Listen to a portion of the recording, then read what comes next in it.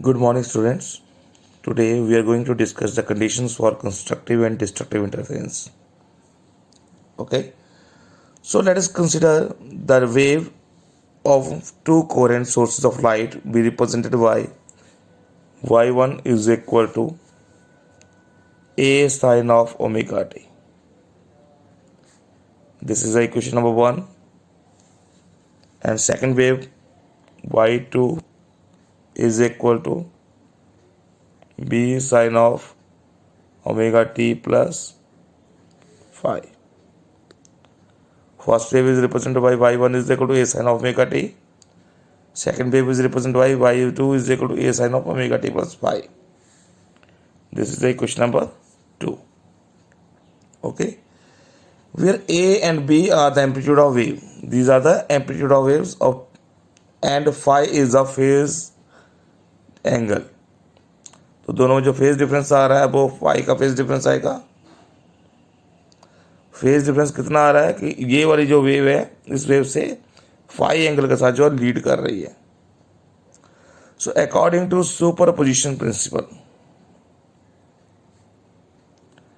According to superposition principal,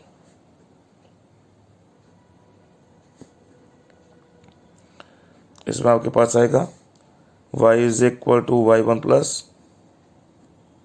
y2. दोनों को add करेंगे. So we have a sine of omega T plus b sine of omega T plus phi. अब यहाँ पे formula लगाएंगे. Sine A plus B का formula लगाएंगे. Sine A cos B plus cos B sine A होता है आपके पास formula. So we have sine of omega T plus B. Sine A plus B का फॉर्मूला लगाएंगे. Sine A mean sine omega T cos of phi plus cos of omega T sine of phi. इसको multiply कर देते हैं B को अंदर. ये आएगा A sine of omega T plus B sine of omega T cos phi plus B cos of omega T sine phi. So we have, यहाँ से दोनों में से साइन ओमेगा टी कॉमन ले लेते हैं.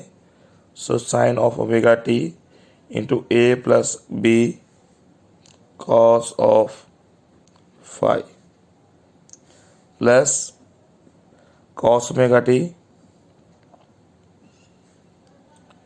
B sine of phi. This is question number 3. ये आपके पास है cos omega t b sine of phi. B मैंने इसके साथ अटैच कर दिया है. So this is question number 3. Now put a plus b cos of phi is equal to r cos theta. This is equation number 4. And b sin phi is equal to r sin theta. These are the Cartesian coordinate system. हम इसको use करते हैं. उनकी values को हम ये put करेंगे. तो ये आएगा we have y is equal to, first of all यहाँ पे आएगा sine omega t into r cos of theta. यहाँ पे मैंने आर कॉस थीटा पुट कर दिया plus cos of omega t into b sine phi की जगह आ जाएगा r sine theta. So taking r as common, तो यहाँ पर आएगा sine omega T cos of theta plus cos omega T sine of theta. Again यहाँ पे फॉर्मूला बन रहा है sine A cos B plus cos A sine B. So this is equal to sin a plus b.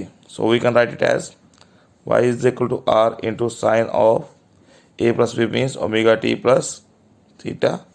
This is the question number 6. This is the resultant of harmonics of amplitude r.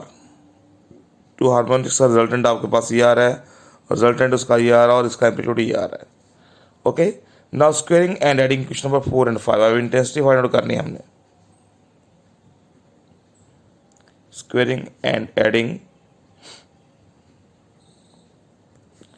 equation number 4 and 5.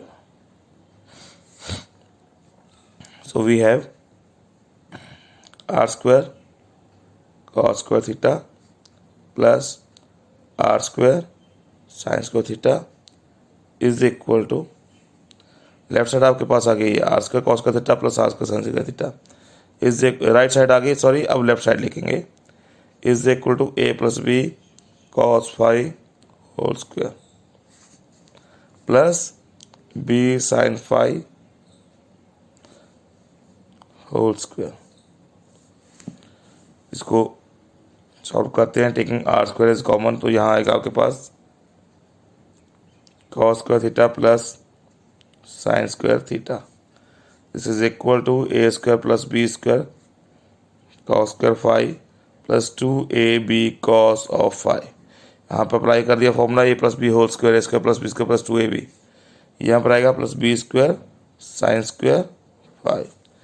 सो यहाँ पर आपके पास बचेगा cos का theta plus sine square theta is equal to 1।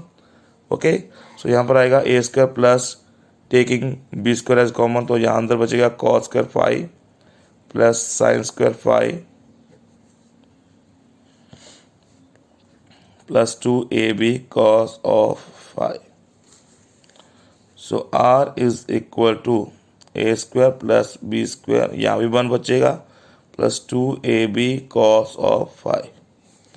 So we have r square था यहाँ पे, so r is equal to square root of a square plus b square plus 2ab cos of 5. This is the equation number 7. ये आपके पास आ गया resultant. As intensity is directly proportional to square of the amplitude of wave. Intensity का हमें पता square of the amplitude of wave होती है, so we can write it as I1 is equal to, देखो intensity is direct proportional to square of the amplitude, I is direct proportional to I A square, तो इसको हम लिख सकते हैं first की इंटेंसिटी आएगी के ए स्क्वायर, के कॉन्स्टेंट ले लेंगे, सेकेंड की इंटेंसिटी आएगी I2 is equal to K B square, और रिजल्टेंट इंटेंसिटी आएगी I R is equal to K R square. अब इसमें हम क्या करेंगे, इसकी वैल्यू निकालेंगे आई आर। देखो आर की वैल्यू यहाँ से आर की वैल्यू निकाल लेते हैं, I R is equal to K R square. So R की वैल्यू आएगी आपके पास आई आर अपॉन के, आई आर अपॉन के। इसमें हम वैल्यू पुट करते हैं, क्वेश्चन नंबर 7 में वैल्यू पुट करते हैं, तो यहाँ पर आएगा आई आर ओवर के इज इक्वल टू, यहाँ से ए स्क्वायर की वैल्यू आपके पास आएगी, ए स्क्वायर की वैल्यू आएगी I1 upon K plus I2 upon K plus 2। अब ओनली ए की वैल्यू निकालनी है अपना, तो square root of I1 upon K आएगा, square root of I1 upon K into square root of I2 upon K into cos of 5। यहाँ से बचे वैल्यू निकाल के हमने यहाँ पे पुट कर दी है। सो यहाँ पर आएगा आपके पास I R is equal to K, multiply कर देते हैं इधर, I1 upon K plus I2 upon K plus 2 square root of I1 square root of I2 over square root K into square root K, आपके पास के आ जाएगा cos of 5। Okay, so यहाँ तक आपका टॉपिक हो गया। नेक्स्ट स्टेप में हम करेंगे आई आर इज इक्वल टेकिंग के, आपके पास कॉमन था, इसका भी के कॉमन ले लेते हैं नीचे से, यहाँ बचेगा I1 plus I2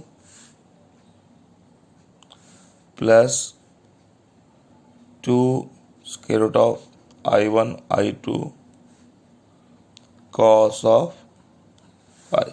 So okay, cancel out each other. IR is equal to I1 plus I2 plus 2 square root of I1 I2 cos of 5. So this is the resultant amplitude of intensity. Resultant intensity of wave. Superposition of wave के बाद जो है, जो resultant wave की intensity आएगी I R is equal to I1 plus I2 plus 2 I1 I2 square root cos of 5. Now conditions for constructive interference. For constructive interference,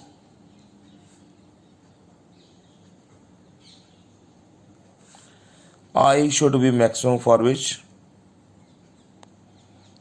should be I should be maximum. अब I maximum कैसे होगा? For which cos phi is equal to +1. phi की value, cos की value 1 कब होती है? when phi is equal to 0 हो, 2 पाई हो, 4 पाई हो. So in generalized we can write it, this is equal to 2n pi. Generalize करके हम इस इक्वेशन को लिखेंगे तो फाई की वैल्यू आपके पास आएगा 2n पाई. एन की वैल्यू हम 0 पुट करेंगे यहाँ पे तो आपके पास फाई 0 आएगा. एन की वैल्यू 1 पुट करेंगे तो यहाँ पे आपके पास 2 पाई आएगा. Where N is equal to 0, 1, 2, 3 so on. Okay, now the path difference is equal to lambda upon 2 pi into phase difference. So lambda upon 2 pi phase difference हमारे पास पाई है और फाई की वैल्यू हमारे पास आ रही है 2n पाई. So 2 pi से 2 pi cancel हो जाएगा. This is equal to n lambda. So it means path difference for constructive interference is n lambda, and for destructive interference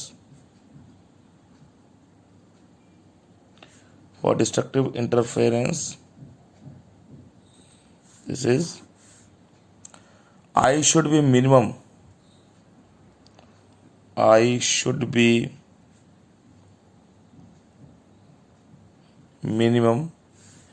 if cos phi is equal to -1. अब -1 value कहाँ पे आती है? Phi is equal to पाई के ऊपर आती है, 3 पाई के ऊपर आती है, 5 पाई के ऊपर आती है. सो उसको जनरलाइज करेंगे हम. So it will be equal to 2n -1 into pi. Where n is equal to 1, 2, 3. देखो n की वैल्यू 1 पुट करेंगे, 2 - 1, 1 इंटू 1 पाई बचेगा. 2 पुट करेंगे 2 to 4 -1 3 पाई बचेगा. 3 पुट करेंगे 3 to 6 -1 5 पाई बचेगा आपके पास. सो अब पाथ डिफरेंस इसमें आएगा,